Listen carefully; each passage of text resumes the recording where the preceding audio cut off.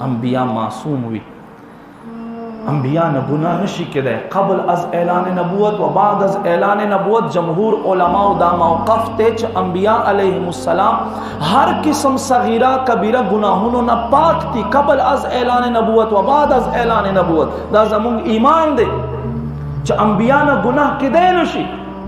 حضرت آدم علیہ السلام غنم چې دی هغه ته به خطا نه وای، هغه ته به ګناه نه وای، پزان په غر کوي، هغه ته به لغزش وای، لغزش خویدل. حضرت آدم علیہ السلام او خویدو، شیطان د کور کړه دی او خویدل.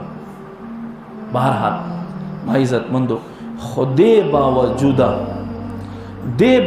د الله انبیاء خپل نفس څنګه اصلاح کوله. بخاری شریف حدیث ته بی بی عائشہ مبارکہ فرمائی نبی علیہ السلام په دې جمی شپو کې دومره اوږد قیامونه کول چې موږ په خوب پکې ستړي شو.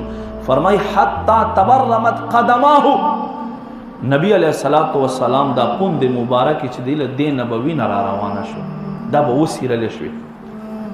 نو ما ورته وی قد غفرت لك ما تقدم من ذنبك وما تأخر. یا رسول الله دستا په واسطه خو الله دتا امت مخکینه او رستونی گناهونه هم معاف کړی دی او تاسو خو پاک یو معصوم یو، بیا دومره کوشش په عبادت کې ولې کوئ؟ ای حضور رته فرمای اولم اکن عبد الشکورا، زه د الله شکر گزاره بنده نو ګرځېږم چې زه د شکر ادا کوم.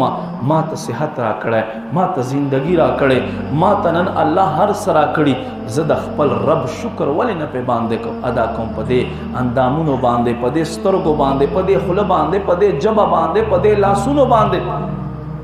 الله فرمای الم نجعل عینین، تاسو ګورئ نه مونږ دوه سترګې وګرځولې، عینین فرمای وشفتین او دومې شونډې درکړې، وهدیناه النجدین.